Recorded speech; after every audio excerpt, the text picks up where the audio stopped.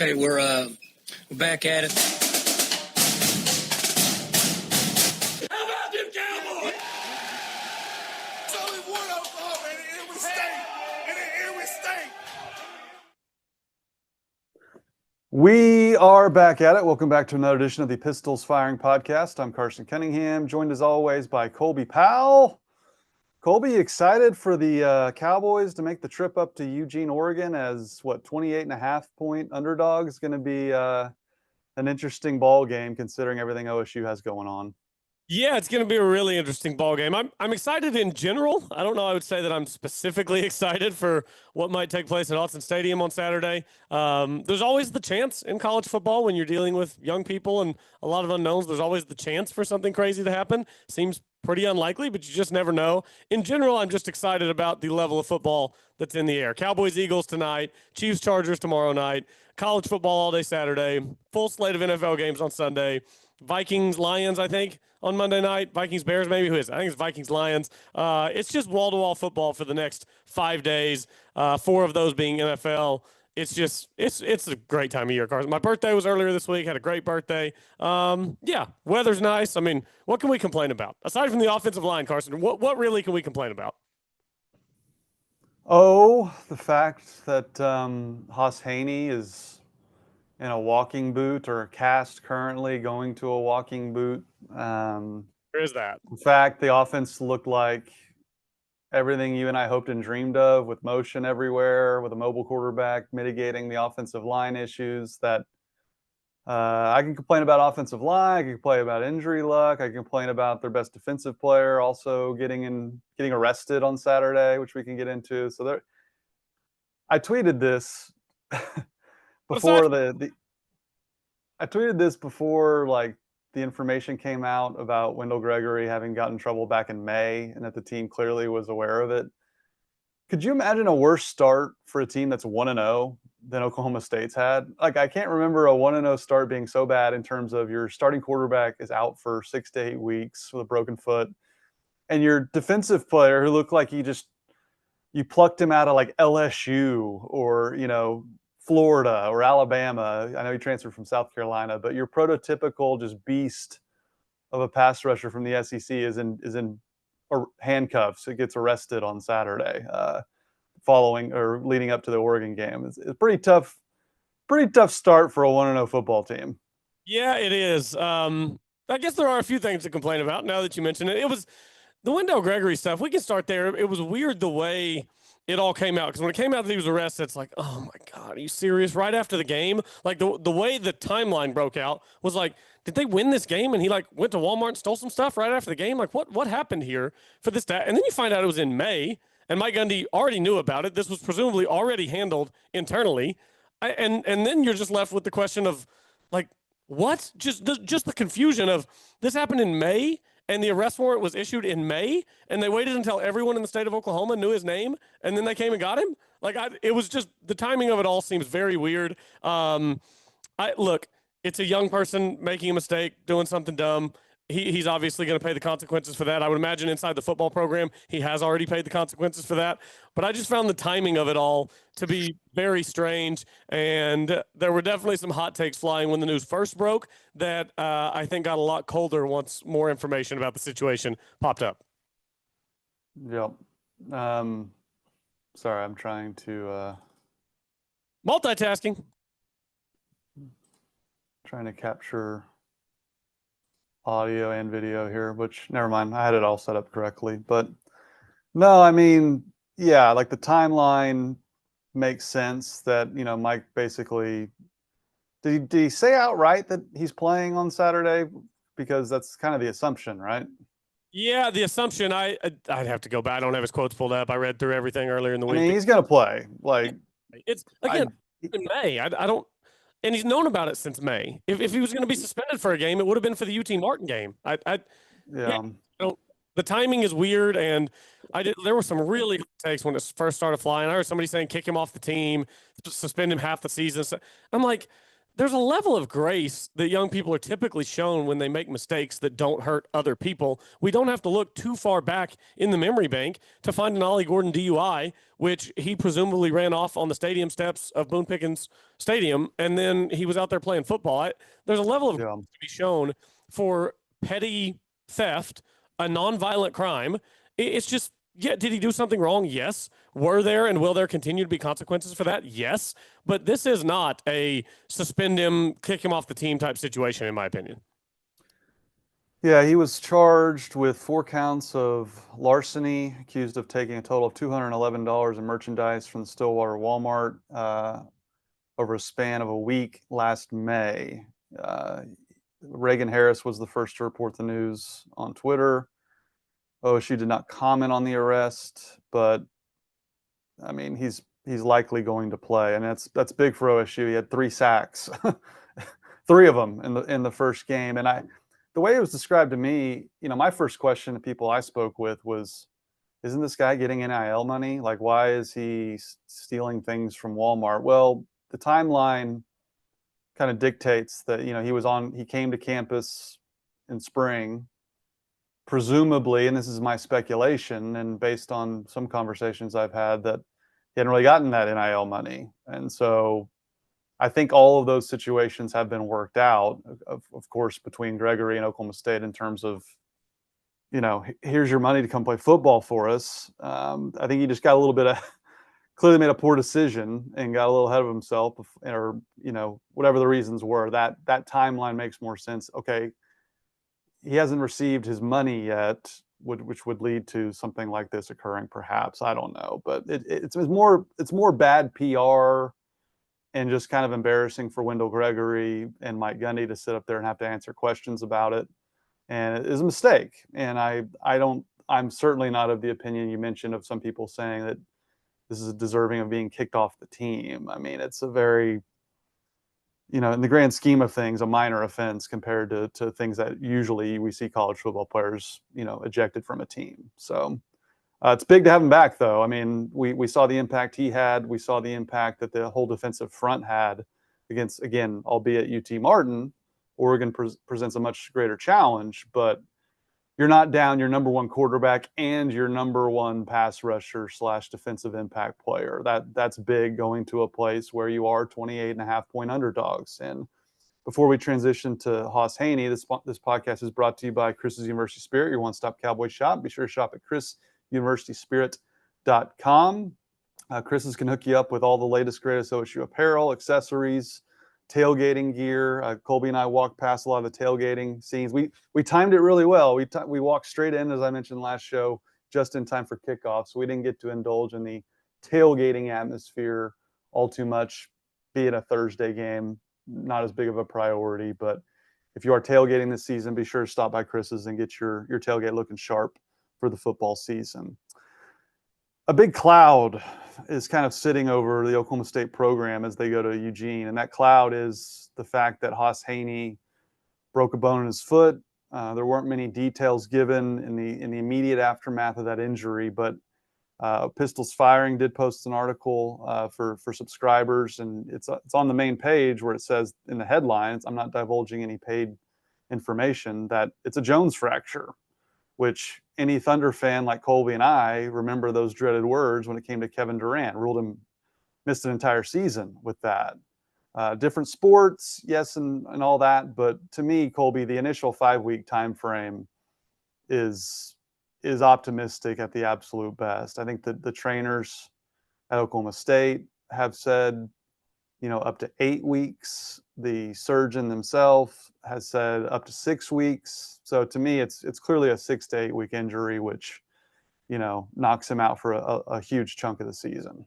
Yeah, and depending where you look, you're seeing 6 to 8, or like 8 may be best case scenario. Like if he heals really well, it could be 8. So this just feels to me like an injury that, based on everything I'm reading, we've gotten 5, we've gotten 6, we've gotten 8. It seems like we're not going to have a concrete timeline on this. Some injuries very probably to the athlete. And it depends on how quick of a healer he is. Could it be 6 weeks? Maybe, if everything goes great.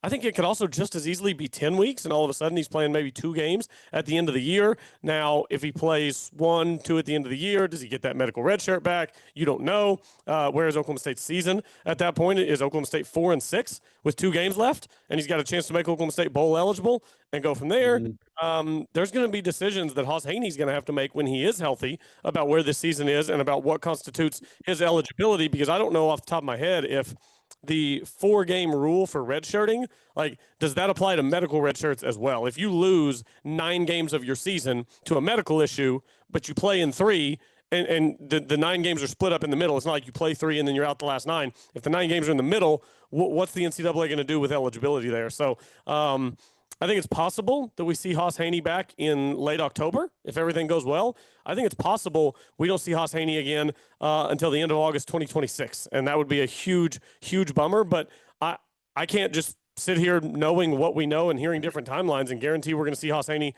play quarterback for Oklahoma State again this year. We just don't know. A broken foot can go a number of different ways in rehab, recovery. So, yeah, obviously I'm hoping that it's an end of October return. But if we end up getting 11 more games of Zane Flores, it would not totally shock me, because injuries like this, I think, can just be really hard to predict.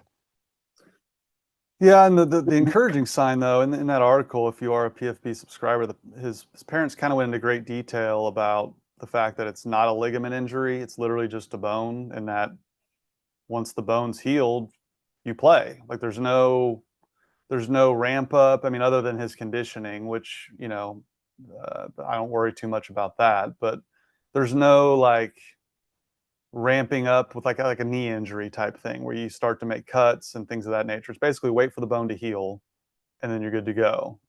That's the positive. And I really admire Hauss Hejny.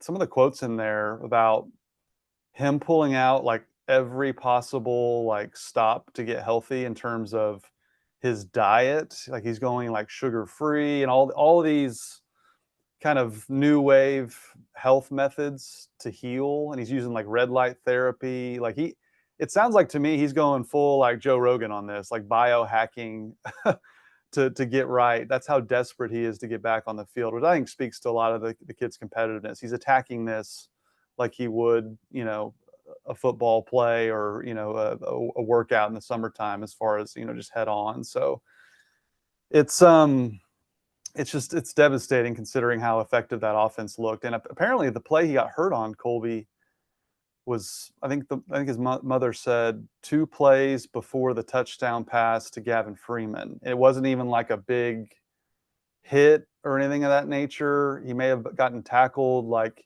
I think he had a keeper there kind of up the middle coming towards you and I. Yeah, at one point. It was just he just took it up the middle for 2 yards. Yeah, that might not be the play. I haven't gone back and watched it play by play to see, but she referenced 2 plays before the touchdown pass to Freeman. So it wasn't necessarily that deep ball shot where his knee kind of got tweaked. And it was a thing where it happened. He didn't even really notice it for a while. He's playing. He's got the adrenaline going. It wasn't until like later on that he realized, hey, something doesn't feel right here. And that's why he ended up going to the locker room, and they ultimately discovered the broken bone in his foot. So it was kind of a fluke deal in terms of that. But the problem here for Oklahoma State now is you turn the page to Oregon. You don't have Hauss Hejny. You have to revamp your offense. And there was some talk, I guess, kind of confirming what you and I were speculating on during the game, of they really encouraged Zane Flores to hand the ball off and not keep it, which we don't have to go back down the road of, well, like, just don't run a zone read if you're not gonna pull it. But so that leads to the discussion of Zane Flores now at quarterback behind this offensive line that I thought really struggled against UT Martin. Some people may disagree with that, but they had some busts. And the real problem now is, how does the offense evolve with Zane Flores? They've had a whole week to get him ready as QB1. You got to think they withheld a ton of the playbook against UT Martin, knowing Oregon was next week. But Colby, just the major concerns here with Zane Flores is, how does this offense operate without that added element of the running ability? Flores isn't a statue, but he's not Hauss Hejny. Yeah, he's not a statue. He can move a little bit. We saw that on a scamper that he had last week, but I don't think that he can move enough that when a defensive end playing for the University of Oregon comes around the corner, I don't think he's probably escaping that guy. Pro Football Focus had Oregon's defensive line ranked just outside their top 10 in the country coming into the season based on, transfer recruiting rankings, what they returned from last year, obviously. Now, every year, Oregon has to retool a little bit because they send guys to the NFL. They're one of these programs. I mean, Phil Knight is just dumping money into the University of Oregon, and they're loaded. I think that Doug Meacham is going to have to get creative with what he does against Oregon. I don't think it can be a lot of what we saw on film last week in 3 quarters against UT Martin. We talked about it last week. I think that there's a number of different ways that Doug Meacham can handle this to throw things at Oregon that they may not be expecting to see, because you just can't ask your offensive line. You can't have your offense just line up in base and just run base and hope that Oregon, doesn't figure it out. I think that you have to seriously vary your formations. I think that could be a little bit of I formation and giving them that look. I think that could be a little bit of 5 wide throughout the game, giving them that look, and everything in between. I think that this is going to have to be your most creative game of the season in terms of play calling to look like you belong on the same field as Oregon. Because if it's similar to what we saw the last 3 quarters of last week, where it's just 3-yard throws toward the numbers, go balls, and fake zone reads, I don't think you get in the end zone playing against Oregon that way. So hopefully Meacham will be able to do that. Hopefully they practiced enough of that stuff in fall camp that they can just implement it a little bit this week and get after it on Saturday, because to me, this is your toughest test of the entire season. And I'm not even saying to win the game. You're a 4-touchdown underdog, but to score 20 points in this game, to look like you belong on the same field, to have us not sitting here on Sunday recapping this game, talking about a coaching staff that's totally overwhelmed, an offensive line that's totally overwhelmed, and a team that may not win 6 games again. How you play Saturday is going to dictate how the conversation goes Sunday, not just with us, but with everyone. And if that conversation is going to be anything other than dire, then I think you're going to have to really mix up what you're doing offensively so that Oregon can't just dial in on exactly what's coming. My question, though, is can you run the ball at all? Can this offensive line block well enough to run the ball? And looking back on last week, I wanted to, Caleb Hicks, his vision left a lot to be desired. I thought you and I discussed that. I think there were some holes there that he perhaps didn't hit that great, but I also didn't think he had much of a chance for most of his carries in terms of going back and watching it too. Sessi he showed much improved burst. He showed better vision, I thought, than Hicks. He also had better running lanes. He just did. And I didn't think Hicks had much of anything going for the most part. Can they get him, or perhaps Rodney Fields if he's back? I think they're leaning towards him being back, but that was not confirmed by Mike Gundy. My biggest question for the entire season now, besides Zane Flores notwithstanding, is can they run the ball at all? We're talking, forget 4 yards a carry, 3.5, because they were below that against UT Martin. Everything's moot, in my opinion, if they can't run the ball. Yeah, and I guess a follow-up question kind of in conjunction with what you're saying there is, can they run the ball at all with Zane at quarterback? And then the 2-parter of that question is, if they can't, and it is proven that they can't, will they be stubborn about it? And will they continue? Yeah. Will they continue to play in 2nd and 10 and 3rd and 11 if they prove to themselves over the next few weeks that they cannot run the ball? Because I think that that's where some of my frustration and some of the fan base's frustration has come from. If you just can't do it at all, if the game has to become Zane in 2 seconds or less with a minimum of 4 wide receivers on the snap on every field, on every play, then that's what it has to become. Because if you are running for 1.8 yards a carry, it does not need to be on 37 carries. True. But here's the caveat, though. Are they going to be willing to do that? Or are they going to be willing to just run the ball at 2 yards a clip, considering they cannot get Zane hurt, and considering Oregon was top 10 in the country last year in sacks? They're one of the best pass rushes in the entire country. And I think they were 10th in the country. They had 40 sacks last year, 10th in the country. So how much of the injury factor are they going to throw in there? because let's face facts, Colby. Their odds of winning this game are very low. I question, first off, to your first point, is Mike too stubborn? Yes. Did he prove that the entirety of the 12-game schedule last year? Yes. Have things changed? In my opinion, no, based on what I saw against UT Martin. But I certainly can understand it a little bit in the fact that you're so fragile at quarterback now with two freshman walk-ons behind Zane Flores. So would I love to see that? Yes. Were you and I asking for that all year last year? Yes. Did we get close to seeing it? No. So we'll have to see. But that kind of leads to the next discussion of all those things you're asking for. I think this is a huge litmus test for Doug Meacham. And I think a larger discussion moving forward as we get into the Oregon game, we get past that game into the Big 12 conference slate. We're going to really start to see, Colby, did he hire Doug Meacham to run his offense? Or are we just going to continue to see the Mike Gundy offense? Because Doug Meacham is well respected, which I've mentioned many times on this show. But I question, is he more of a yes man, considering the long history that he's had with Mike Gundy and the fact that Gundy brought him in, and who knows what those conversations were like. But we already did see a little bit of the Gundy offense in week 1 against UT Martin. A lot of the same schemes, that motion, that pre-snap motion went away. We're already starting to kind of see the melding of the two. And I'm curious to see what we see more of against Oregon, given all the stipulations we've discussed. The injury question as it pertains to Zane is a good one. Gundy was asked about it Monday in his press conference, and he essentially said they're not going to call a football game based on who may or may not get hurt. How much of that do you believe? I don't know. I think you have to take it with a little bit of a grain of salt, considering what would happen if he goes down. It would be, I believe, Banks Bowen, true freshman, coming in out of Lawrence High School. He was originally with Tulsa. He just got to Stillwater in like June, and now you might have to throw him out there. So then you almost get into a philosophical conversation of, do we truly let it all hang out against Oregon, or do we make sure that Zane is healthy so that we can beat Tulsa and maybe Arizona and Houston and get a few wins on the schedule before Hauss can potentially get back and cover up some of our O-line deficiencies?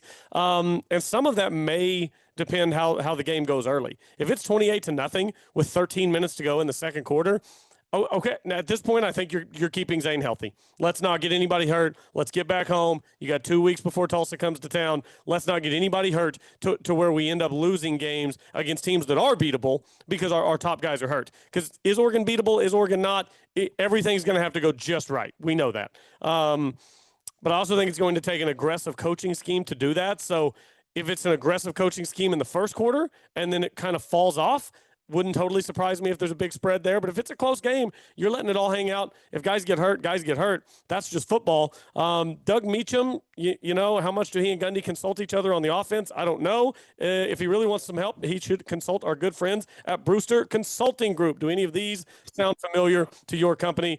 Processes, manual and inefficient, no documentation. Data reporting takes forever. It's not accurate. All the hype about AI, but you have no clue what it actually means for your business. Projects always running over time and over budget. If any of those sound like your company, talk with our friends at Brewster Consulting Group. They help build organizations that run like well-oiled machines with clear processes, reliable data and reporting, and technology that actually works for you. They've got PMP certified project managers and seasoned data engineers who have delivered solutions that are built to last for local clients like the Tulsa International Airport and Medify. They've also delivered solutions for large international enterprises like DP World. Even better, they're founded and run by a proud Oklahoma State alum and season ticket holder. Learn more about them at www.brewsterconsulting.com or learn more about their methodologies by connecting with them at Brewster Consulting Group on LinkedIn or YouTube.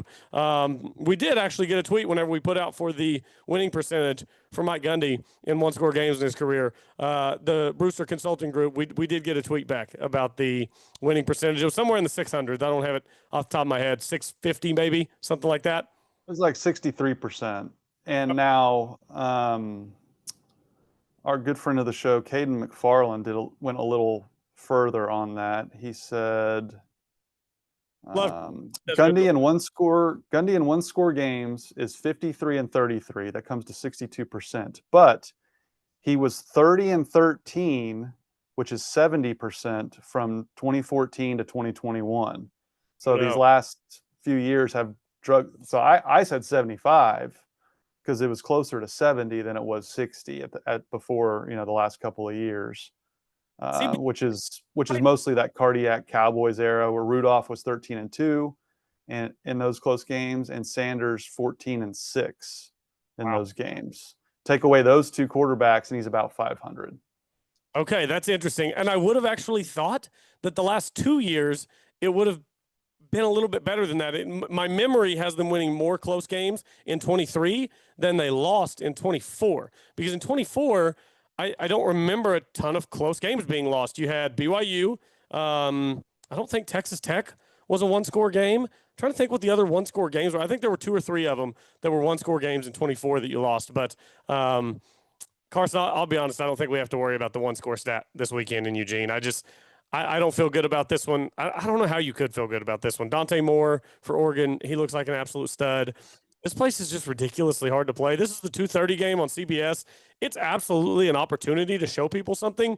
I said off the top, sometimes young people surprise you both ways, good and bad. Maybe the young people from Stillwater surprise the young people from Eugene, but barring a miracle, I don't see this one being a close one. I don't either, but let me make a case that it will be. Bear in mind.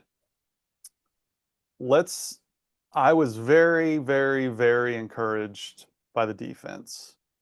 Oregon beat up on Montana State, which was ironically Mike Gundy's first ever game as a head coach, came against Montana State back when, according to SI, they're giving $500 handshakes to Calvin Mickens after beating Montana State by like 9 points or whatever it was, which 15-10. Absolutely stupid then. It's even more stupid now. But I was very encouraged by the defense. The only points they gave up were on a trick play. I still have questions about Oregon offensively with all they've had to replace with a new quarterback, Dante Moore. Yes, he's highly regarded, but he hasn't faced a Wendell Gregory and all those dudes we saw flying around the football for Oklahoma State. I was very encouraged not only by the aggression and the style of defense that Todd Grantham would dial up on 3rd and Grantham, but just the physicality. This is going to be, and we've seen this at Oklahoma State where they play a rum-dum in non-conference, a cupcake, and that jump up physically in that Big 12 opener is a huge adjustment. They were not quite ready at times for that step up. I think Oregon's about to face that with Oklahoma State. Now, of course, they watch them on film. They understand everything that Oklahoma State has on the roster and certainly of Grantham's tendencies. But I do think there's a case where Mike Gundy can go into full, Big Ten mode that he's done in the past with that, particularly that 2021 defense. He was fine punting and letting his defense just flip the field position game. I do think there's a chance where we get to the end of the first half and it's a 10-3 game. That's kind of the scenario that I can see where Oklahoma State keeps this game close. Now, I am not confident at all that Oklahoma State can generate points, particularly with their lack of, blocking, both running the football and protecting Zane. And that's where I think the offense could lead to some turnovers, and that's where the score, I think, gets out of hand. That's kind of how I see this game playing out. Yeah, I like what I saw from the defense last week. I do have questions as to how much of that was UT Martin was unable to run a functional offense. They didn't have a quarterback who could throw the ball. He wasn't moving around the pocket very well. Their left tackle was he might as well have been a bullfighter, just holding the towel out and letting Wendell Gregory run right by him. So I question how much of that is Todd Grantham and Wendell Gregory and Brian McCoy and those guys and Lyric Rawls, all those guys who were great last week, and how much is it that you were playing a totally incompetent offense? We're going to get some answers Saturday in Eugene. Whether we like them or not, we're going to get some answers. Vegas has this game about 42-14. Oregon is a 28.5-point favorite. Over-under is 55.5. So that would be right around 42-14. I don't know. It's never that clean, obviously. There will be field goals and stuff along the way. Logan Ward, Oklahoma State's best player. Shout out Logan Ward. Yeah, I don't know. I don't think I'm as optimistic that it can be close at halftime. I just and I want to be clear. I don't want the way I'm talking about this Oregon game, my score prediction that I'm going to make. I don't want this to be a referendum on the entire season. To me, it's just a referendum on this week, this opponent with this team. The shock of losing Hauss week 1, coming out having to really get your offense fine tuned with Zane in 7 days. I don't know. I just not a referendum on the whole season. I still think it's entirely possible this team can win 6+ games and make it to a bowl. I just don't think we're going to like what we see Saturday. Yeah, that's a fair assessment. Again, yeah, facing Oregon's just a completely different scenario than the Big 12 schedule they have on tap. So before we get into picking the game, doing our uniform preview, we forgot our uniform preview last week, but it was a layup. We all knew it was going to be white, orange, white. That's kind of the bingo card, right? But if you are looking to sell or lease your commercial property, turn to Wolf Corporation, Oklahoma's trusted commercial real estate listing brokerage since 2010. Our experienced team specializes in showcasing your retail, office, or industrial space to the right buyers and tenants across the state. They're based right here in Oklahoma, and they deliver results with local expertise. Visit them at Wolf Corporation. That's WULF Corporation.com, WULF, and or call 405-308-3480 today. Go Pokes. So we appreciate Wolf being with us, and that leads us kind of just more uniform predictions and kind of our score predictions as well. For me, Colby, I've thought long and hard about this. You know, I have an Oregon helmet back here. I have kind of a mini helmet collection. I've got Oklahoma State. I've got Florida State, who I grew up supporting, a few others. But I got that Oregon helmet years ago because I've always kind of admired Oregon. I've always kind of, in a neutral setting in bowl games, I always kind of pulled for them because they're a lot like Oklahoma State. The mega booster with Boone and Phil Knight, the uniforms, which Oregon kind of got going and Oklahoma State followed suit. Kind of a program that was not a blue blood, but has kind of forced their way into those discussions like Oklahoma State has in terms of bowl games and big matchups against like the Notre Dame and Fiesta Bowl. So I've always kind of liked Oregon, certainly the uniform aspect as well. So I think OSU is going to want to bring something flashy. I don't think they're going to come with white, black or something like that. And I think they're going to come with my favorite uniform combination as far as a road look. That's black, white, orange. Kind of that tricolor Oregon flashiness. I think it's just everyone's grown to love it. And once we got past the Iowa State 2011 game, they've worn it in Bedlam and won. So they've kind of saved it for big games. And what bigger game on the road than this? Because you don't have Oklahoma and Texas on the schedule. So I'll go black, white, orange with the brand on the helmet.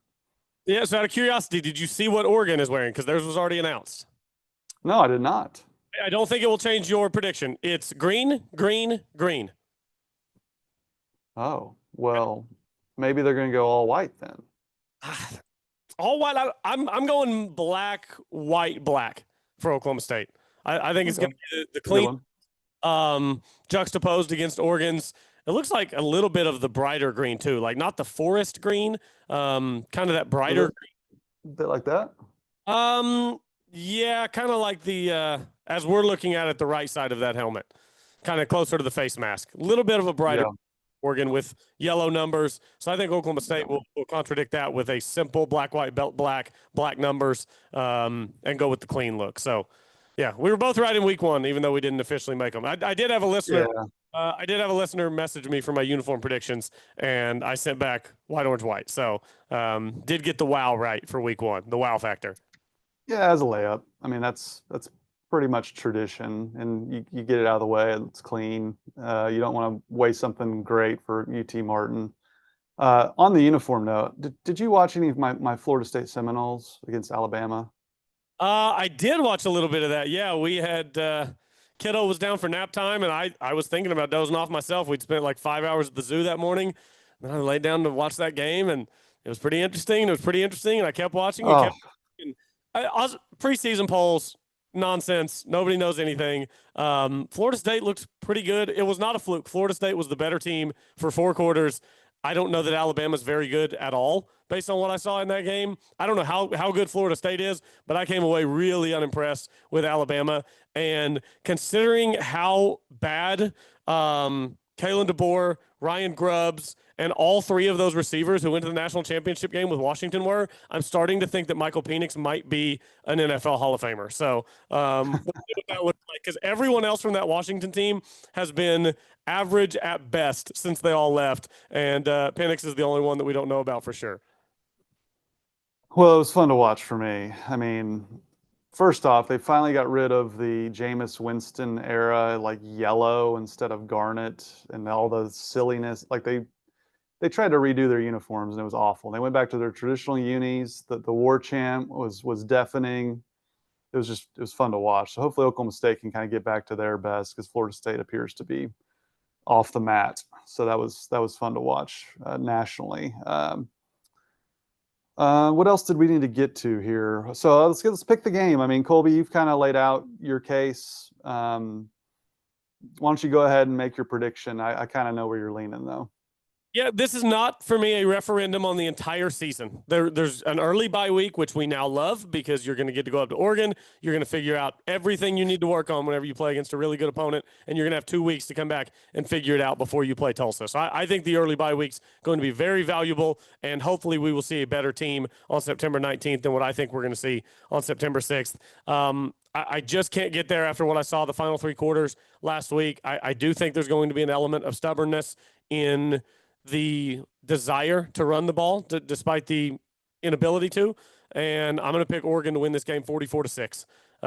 Again, not a referendum on the entire season, but I do not think that Oklahoma State is ready to compete, certainly on the offensive side of the ball. And I still think the defense is somewhat of a question mark. You played UT Martin in week 1. Dante Moore and Oregon are going to be very different. So I know 44-6, it sounds really insulting and in your face, but I think that this is going to be a blowout that's going to be pretty unwatchable in the fourth quarter. And then hopefully, like I said, Oklahoma State can come back. The schedule's really easy for about a month after that. You get Tulsa, Baylor's going to be tough, but then I'm pretty sure after that it's like a run of some combination of Arizona, Houston, and Cincinnati. So yeah, just a bad Saturday is my prediction. Not a bad couple of months. Yeah, it's a fair assessment. I mean, they're 28.5-point underdogs for a reason. Here's how I'm picking the game, barring what I think's actually going to happen. I think it plays out very similar to what I laid out earlier, where I think the defense keeps it close. I think Oklahoma State hangs in there in the first half, and I want to pick like Oregon 31, Oklahoma State 13. That's all things being equal. That's how I envision the talent level on OSU's defense hanging in there long enough to where I think Oregon scores a couple late to really extend it to that 31-13 mark. But I think 31's pretty respectable for the OSU defense going on the road with what I think will have very little help from their offense. But I'm a little concerned about Mike Gundy just punting this game. As far as, let's say Oregon gets an early touchdown or two, it's 14-0. I kind of expect the full-on, let's go into a shell mode, let's get out of here without any injuries to Zane. And that's when I think it gets completely out of hand and gets to one of those like Kansas State style beatdowns we saw with Spencer Sanders. What was it, 48-0? That's how you get to that. So barring that, I'm trying not to pick 2 scores here, but I don't know what the head coach is going to decide in the stream of the game. I'll go 31-13 and not be a curmudgeon here and predict they try to go win the game. Yeah, but I'm leaving that door open. Like I do think there's a strong chance that they just try to get out of there without any injuries, and it gets to, complete embarrassment, blowout territory.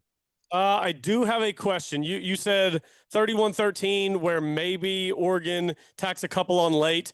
When you say tack a couple on late, are you implying to me that this game's going to be like 17-13 going into the fourth quarter? Because if that's happening, I'm going to be standing up, pacing around my living room, nervous about a promise that I made to cancel plans with my wife and record an emergency pod if Oklahoma State wins this game, which I am still. If you're able, I will still do that. But yeah, I'll be pretty nervous if it's 17-13 going into the fourth quarter in every way possible. I would, based on what I've seen through week 1. Now, maybe Oregon just blows me away, and they're just this offensive juggernaut that everyone just assumes they are, despite losing all the talent they lost to the draft. I envision this game, barring turtle mode, shell mode, Gundy Bedlam mode. That's what I'm worried about most is Gundy Bedlam that we've seen where they don't even attempt to win the game just to get out of there without Zane getting hurt. I think it could be I would predict it's a 10-point game going to the fourth quarter. Okay. Wow. That is as bullish as I think I've heard anyone. And look. And that's not because I think OSU is this great football team. I really think the defense and some conservative nature on offense that's what, to your point, that's what UT Martin wasn't trying to win the game against Oklahoma State. That third quarter, they ran the clock the entire third quarter because they wanted to get out of there. So maybe I'm making the same argument here with two different viewpoints, but all that's to say, I think the defense with the talent level they have can get stops. I really do. Now maybe they'll get shredded, but based on what I saw, I don't foresee that. I think the defense can keep them in this game absolutely to where it's a 10-point game going to the fourth quarter. But can I give myself that out that if they're running, halfback up the middle on 3rd and 12 and punting and giving Oregon a short field, well, then there's not much the defense can do at that point. But if they're playing straight up and, Zane's throwing it downfield, yeah, I think the defense can keep them in this one. Now, 10 points going into the fourth quarter is maybe a little bit too extreme, but I think you understand what I'm trying to say here is that I have some confidence in this defense keeping it respectable throughout, barring Bedlam mode. Okay. Beware Bedlam mode is what I'm going with. I'm with you in terms of the argument that you're presenting. I guess if I can continue to be the curmudgeon since I'm doing it this week. I guess the counter argument would be if Oklahoma State is as poor offensively as I think that they are going to be Saturday, there is that symbiotic relationship that exists between the offense and the defense, where if Oklahoma State starts the game with 5 straight 3-and-outs, you're asking a lot of your defense in that environment to go out and hold up when they're spending a lot of time on the field. So for your prediction to come to fruition, I think you're going to need Oklahoma State to be sustaining drives and keep time of possession relatively close so that your defense is not asked to just really defend Oregon for 42 minutes of this game. Because I think even you would agree that that'd probably be an unrealistic ask. Yes, and that's where we're going to find out what Doug Meacham's all about. If this was Casey Dunn coming into this game, I would not be saying the things I'm saying. It would be like the Kansas State scenario I keep bringing up, where the offense, if you go back and watch that game, the defense hung in there for a while, and then the dam broke because the offense literally couldn't get a first down. So can Meacham get some first downs and things of that nature? We're going to find out, but I have certainly more confidence that he can scheme things up than the previous offensive coordinator. So I would not be saying, I would be far more concerned and far less bullish on the defense if I didn't have any confidence they'd get a first down. I'm going to give them a lot of benefit of the doubt last week with on the fly adjusting to the situation they were thrown into. So okay. All that's to say, I'm picking the game 31-13. That's me saying I think the defense can keep them in this one, and that's where I came from with Oregon scores a few late. I think going into the second half, it's a ball game. Okay, let me ask you a question because I was really kind of fascinated by what I saw from the running backs last week, and then the addition potentially of Rodney Fields makes it to me even more fascinating when we saw 3 backs last week, a little bit of Freddie Brock. He didn't mix in a ton, but now the potential to have Rodney Fields thrown into that as well. Who do you think? Let's do one guess, assuming Rodney comes back, one guess, assuming he doesn't. Because if Rodney comes back, I think he leads the running back room in touches this weekend. But in the non-Rodney division, if you're the coaches, I think you'd be hard-pressed to watch what Sessi did last week and make an argument against Sessi handling the ball a little bit more. So I think I'm going to go with either Rodney Fields or Sessi Vailahi to lead the backfield in touches this week because Sessi had a little bit of a burst to him, and he's been around. The coaches trust him. So, how do you feel about that room?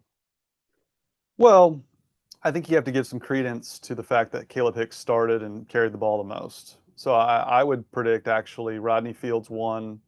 I think he's their RB1. I think that's well known throughout the staff and team. And I would go Hicks 2. And I think the coaches will watch the film and understand that, Hicks had some coachable moments on there with vision, but I really don't think he had the holes that Sessi did. And I think coaches evaluate that. So yeah. I think you bring in Sessi on third downs. I think he's trusted there. But I think Rodney and Caleb share a majority of the true carries, the true handoffs. And I'm good with that. Now, if Hicks displays more vision issues in terms of hitting the hole and going, then I think you reevaluate on the fly at halftime. Say, okay, well, these are now Sessy's carries because he has proven that he can at least hit the hole and go. So, but you're right. I mean, it's a good point you bring up. Like, they were not at full strength offensively in the running game without Rodney Fields. He's their best running back. I think we're certain of that. So that can bring an added element to lead to more success running the football to my prediction of keeping this game closer. So that is certainly something to watch. Yeah. We haven't discussed. So what was your prediction? 44? 34-6. I'm going with 2 Logan Ward. Yeah. I'm going to go 33-13, and feel free to laugh at me when it's 56-0. And Wait, they punt on their own on Oregon's 35. 33 or 31? Because you've been saying 31. You just went from 1 field goal to 4 field goals. That was Freudian slip. 31-13. Okay, gotcha. It's in the books. Yeah. So maybe I should be wagering on it if I'm that confident. We haven't discussed Dan Lanning versus Mike Gundy. This took on a life of its own this week. I mean, Mike Gundy was at his presser discussing, just literally stating facts. And I think he threw in some Gundy math there. We joke about Mike Gundy's math. He just kind of throws out stats and figures that we don't really know where he pulled them from. But he did say Oregon had a $40 million roster and that they should play teams in a non-conference that have similar salary caps. And of course, all of Oregon, all of them got upset about it, which if you go back, if you actually watch the presser, Mike Gundy was extremely complimentary of Oregon. This was not a shot. And I think this just speaks to Oregon being a little sensitive and a little defensive about how much they've spent, and the fact that Oklahoma State did play a UT Martin, which that is a little hypocritical in terms of what Mike Gundy said, I guess. But this was a nothing burger in my mind. And Dan Lanning took a few shots at OSU in terms of, well, maybe they're not doing everything they need to do to win, things of that nature. But that was kind of the big headline leading into this game. Yeah, it was. It actually made ESPN's top headlines for half a day on whatever, Monday or Tuesday. Some of this was at his presser. Some of it was at his coach's show. I didn't think it was a huge thing from Mike Gundy. I think it was more Gundy wanting to point out and illustrate that amongst the Power Four, I think we would all love to get to a place where there's some sort of parity legislated in college football. I mean, you're never going to be able to legislate parity the way the NFL does. The NFL has a salary cap. The NFL has a draft. The NFL does everything it can do to make sure that the worst teams get better. They also have far fewer teams. They're dealing with adults. It's very different than college football. That being said, I think that at some point we can get to a situation amongst the Power Four where you maybe don't have a $40 million roster playing against a $7 million roster, because that's just what those schools can spend. I do think some people in Eugene are a little bit sensitive to the idea that the only reason they're any good is Phil Knight's money. Just like I think some people in Stillwater are probably a little sensitive to the idea that Oklahoma State never would have turned into a good program under Mike Gundy had Boone Pickens not written his check. I think that there's stuff like that goes both ways, but I will push back on Dan Lanning's idea that because Oklahoma State played UT Martin last week, that Mike Gundy's point is totally invalid, because I think what Mike Gundy was trying to point out is the total inequality amongst Power Four teams, as opposed to, you pay a rum-dum $750,000 to show up on a Thursday night in August and get beaten down and then go home. So I do think that those two things are a little different, but overall, this is the most, hey, football season's here, but we don't have enough games yet to talk about. Let's throw Gundy and Lanning in the headlines. Again, kind of a nothing burger, kind of just Gundy being Gundy, but at no point did I think, oh, this is a big deal. This is a big story, or the bulletin board material for the Ducks. I don't think it was any of that. I think that this was just a little back and forth between coaches being asked questions about money in a weird era of college football where money is more at the forefront than it's ever been. Yeah, and Lanning, gave Gundy his flowers, said a lot of really positive things about the job he's done. He's a great coach, all of those things. But the quote that stuck out to me is, quote from Dan Lanning, "If you want to be a top 10 team in college football, you better be invested in winning. We spend to win. Some people save to have an excuse for why they don't." And I do think the devil's advocate perspective from Oregon is Mike Gundy was kind of setting this up as far as we're not going to compete on Saturday, and here's why. You could certainly make that argument. I don't feel that way. I think Gundy was just literally saying how it is, and that's one thing I think we have to respect is that Gundy will get up there and on certain topics speak to the heart of the matter, and that is the heart of the matter. That's literally where we're at in the sport of college football, and this is where I kind of put my feet in Mike Gundy's shoes, and really people in his position as the voice of a college football program, a head coach.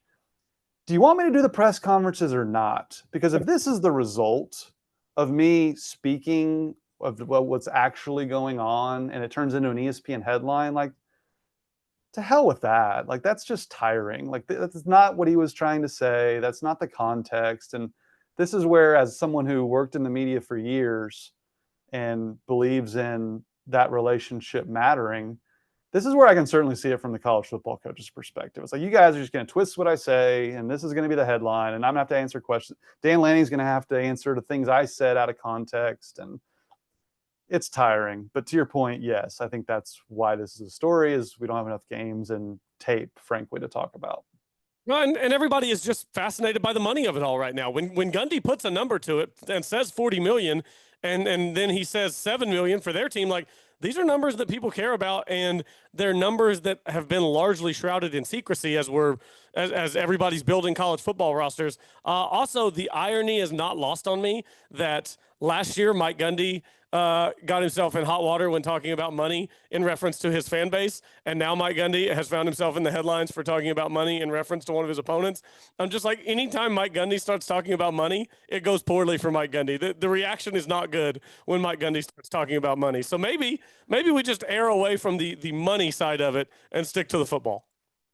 Yeah, maybe so. But it's an interesting discussion, though, when it comes to Oklahoma State, because we don't really know where they stack up in terms of, I mean, we know they're not Oregon, clearly, but it's all kind of backroom chatter. Like, where does Oklahoma State stack up in the Big 12 when it comes to NIL dollars? I mean, we've seen they acquired a Hauss Hejny, they acquired a Wendell Gregory, they added a lot of talent on the defensive side of the ball and truly on the offensive as well, in terms of like some of those receivers they got, like the Fitzpatrick kid was sought after. So we don't really know. That's another element to it. We don't really know where they stack up dollars and cents wise. And that's something I think people who are critical of Mike Gundy's comments, I think OSU's got some money. I mean, we've seen they've been able to spend. So that's, I don't know. I'm exhausted by all the NIL and you know, the fact that this is essentially pro football, but not, and that there's free agency, things of that nature. But we don't have to get into all of that. So just quickly, one last thought on one thing Lanning said. He said some people save so they have an excuse when they don't win. I think it's really easy when you're driving a Ferrari, and Phil Knight is the Ferrari. I think it's really easy to look at the guy who's trying to make ends meet, and he's driving a sensible 2014 Hyundai Sonata and you know, trying to make sure that all the bills are paid. I think it's really easy to look at that guy and say, hey, don't be poor, just drive a Ferrari. It's not that simple. Every university doesn't have a Phil Knight. Phil Knight is a mega billionaire that's just dumping tens and hundreds of millions of dollars at your program, seemingly, you know, endlessly. So I do think it's a little bit out of touch for Lanning to say, yeah, just spend. You want to compete? Just spend like we do. Well, everybody can't just spend like you do, Coach. no, and I think that's why Lanning was smart to stay at Oregon. Remember all those SEC jobs were coming open, Bama. Everyone kind of thought he'd go to Bama. Well, you're seeing now Bama. I think Bama is a little behind the 8 ball in terms of NIL money. Like, they're a huge fan base, but they don't have that level of financial support, which I think is something they're running into already. Also, never follow the legend. Never follow the legend. Speaking of, have you watched the Dallas Cowboys documentary yet on Netflix? I have not, and I will not. I am a Dallas Cowboys fan. I hate Jerry Jones. I will not watch something that is meant to glorify Jerry Jones. Oh, you need to watch it. It's fantastic. But Oklahoma State gets a drive-by in this. I'm going to play this. Can you hear this at all? It really, wow. Can you hear that? A little bit, Okay. yeah. Well, okay, let me set it up then. This is Troy Aikman, who set it up for us. What? I was just saying it's not crystal clear, but yeah, set it up for us, and that way we'll have the context. Okay, this is Troy Aikman, who I really think is awesome calling games. I actually got to interview him. He came back to one of the Hall of Fame, Oklahoma Sports Hall of Fame inductions, and I had the task of asking him about Barry Switzer. At the time, I was working at Channel 4. Brian Brinkley wanted me to get a soundbite about Switzer, in case Switzer ever ran into health problems. They have this something like that level of story you plan ahead on Switzer in case anything or whatever happened to him. Bob Stoops, same way. But I didn't know the background at the time. I was a young kid. I was first year in TV. There's some heat between Aikman and Switzer, okay? And Troy was great. I flew right over my head because he gave me a great answer, and I moved on down the road. Watching his documentary, I asked him a very sensitive subject here with Switzer. They did not get along when he was the head coach of the Dallas Cowboys, but certainly dating back to their OU days. But Troy, who I like and is tremendous throughout this documentary, does a drive-by on Oklahoma State. It's like the 50 Cent. Why'd you say F me for? What did I do? So listen to this. My approach was farming. Why I went to Oklahoma and didn't go to Oklahoma State. Did you catch that? The audio was terrible. You're gonna have to paraphrase it. Well, he just says, my whole mantra at any level was I just wanted to win. That's why I went to Oklahoma and didn't go to Oklahoma State. And it was like a hard cut after that. Like, Troy, here I am, minding my own business, thoroughly enjoying this documentary. I already got to watch you beat my beloved Buffalo Bills and Thurman Thomas throughout this documentary. I already have to deal with that. I didn't need a drive-by on Oklahoma State. Like, what the hell? Yeah, poor form, Troy. Poor form. Don't care for that at all. Carson, I've got a few more minutes here. There's 2 games in the Big 12 I want your thoughts on this weekend. Number one, Cyhawk. Iowa State is a 3.5-point favorite. This Iowa State team is good, man. They came back from Ireland. There was no Irish hangover. There were 16 points in that game last week that they won by 50. They were 16-point favorites, in that game that they won by 50 last week. They've got to do it, right? Come on, Iowa State. You've got to do it. Yeah, this to me shapes up like 2011 Bedlam, where we're all kind of hesitant. And they beat them last year, though, right? Didn't Iowa State win last year finally? I can look. It's a 3.5-point spread this week. Over under on that game is 41.5, which is just still pretty disgusting. Iowa State did win last year 20-19. Yeah, and so I think that kind of adds that Bedlam style relief for the whole program. But I do think this shapes up like a 2011 scenario where Iowa's a little down. Iowa State looks really, really good. I agree with you. That spot last week was one of those spots where that's why the line was only 16.5 or whatever it was, and they win by 50. That showed me a lot that they can put the Iron game, all that travel, all the celebrations of beating Kansas State and Farmageddon to take care of business the way they did last week, regardless of opponent, was really impressive. And so I think Iowa State gets it done. It's very much a 2011 scenario where I think they might run them out of the stadium. They might just put a whooping on Iowa. I really hope you're right. And just to further emphasize how tough of a spot that is, going to Ireland and then not getting the bye week in week 1 is so goofy. I don't understand that. Kansas State played North Dakota last week at home. Not North Dakota State, North Dakota. Beat them 38-35 in a barn burner. Kansas State was behind 21-17 at halftime in that game. That's a tough spot, and Iowa State had 0 problems whatsoever. So the other one is Big 12 favorite Arizona State, 12th ranked team in the country. They are at Mississippi State, which, kind of a nothing SEC opponent. Arizona State's a 6.5-point road favorite. That's not a very big line. So I think for the Big 12, Arizona State needs to go in there and beat Mississippi State about 40-17. 40-17. I mean, it's only a 6-point line. What are you talking about? I'm just saying Mississippi State's a nothing SEC school. I can't have a Big 12 favorite go to Starkville and win this game. I kind of like Mississippi State plus the points, to be honest with you. Don't tell me that. Don't tell me that, because then I'm going to have to turn on my TV and listen to this SEC propaganda.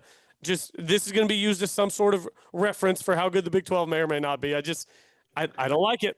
I don't like it. I mean, look, I hope they go in there and win like that, because that would be big for the conference. But I do think Jeff Lebby at Mississippi State, I think they could potentially have some offense behind them. They scored a lot of points last week. I think Jeff Lebby kind of knows what he's doing. He's been under some good head coaches in Lane Kiffin and things of that nature. Art Briles, good football coach, bad human. But I kind of like that spot for Mississippi State, but I hope I'm wrong. Okay, I won't relitigate my Jeff Lebby opinions on this podcast since we're almost out of time. Yeah. What's the bigger games of the week? We got Oklahoma, Michigan, and Norman. There's not a lot big this week. OU Michigan would probably be the other one, and that is at Who do you like in that 30 game. I mean, I don't know. Mateer seems like he's pretty good. I keep wanting to call him Mater because my daughter just wants to watch cars, so I keep wanting to call him Mater. So if Mater is good on that side of the ball, I don't know that Michigan's any good. Is their coach coaching? Like, what does their suspension situation look like? I don't know. OU's a 4.5-point favorite. I'm just going to default to Vegas and say if OU's a 4.5-point favorite against Michigan, that means they're probably going to win the game if Vegas feels. I mean, that seems like kind of a big number to hang for a how many games OU win last year? 5, 6? I don't know off the top of my head. Seems like kind of a big number to hang as opposed to maybe like a 1.5 or 2.5. So tells me Vegas thinks they're going to win. Yeah, it's gone up. I think they opened at 3. So that, and I think OU's pretty good. Like I think Mateer is such an upgrade on what they've had at quarterback, and defensively, I think is where OU's most impressive. Now, I do think people are overlooking Michigan a bit. Like, yeah, they were like 6-5 last year going into the Ohio State game and beat Ohio State. Like they're talented enough to really give OU a game. And they're talented enough to win the game. We don't really know what Underwood can do at quarterback yet for Michigan. This is his first real test. So I would be hesitant to lay 4.5. I would have liked to have gotten it at 3 if I were wagering on this for Oklahoma, but I think Oklahoma will win. I think they're improved. I mean, it's hard not to be improved offensively with what we saw last year, and defensively they're better than last year, and they were pretty good defensively last year. Kept them in a lot of games last year. So I think Oklahoma wins the game. Is that like a statement of Brent Venables is back, OU's back? I wouldn't go that far. I don't think Michigan's what they've been under Harbaugh, but I think it would be a really solid win for them, and one that Brent Venables desperately needs to keep his job. Yeah, I think that if you're asking me which program needs the win more, OU needs it more. Brent Venables needs it more. He's going to have a hard time stomaching the conversation on Monday around this state if they lose that game, Yeah. because that fan base will turn it into a referendum on what the season's going to look like. So, yeah, we'll see. Mm-hmm. And I again, Carson, I would encourage OSU fans not to do that. You don't have another Oregon on the schedule.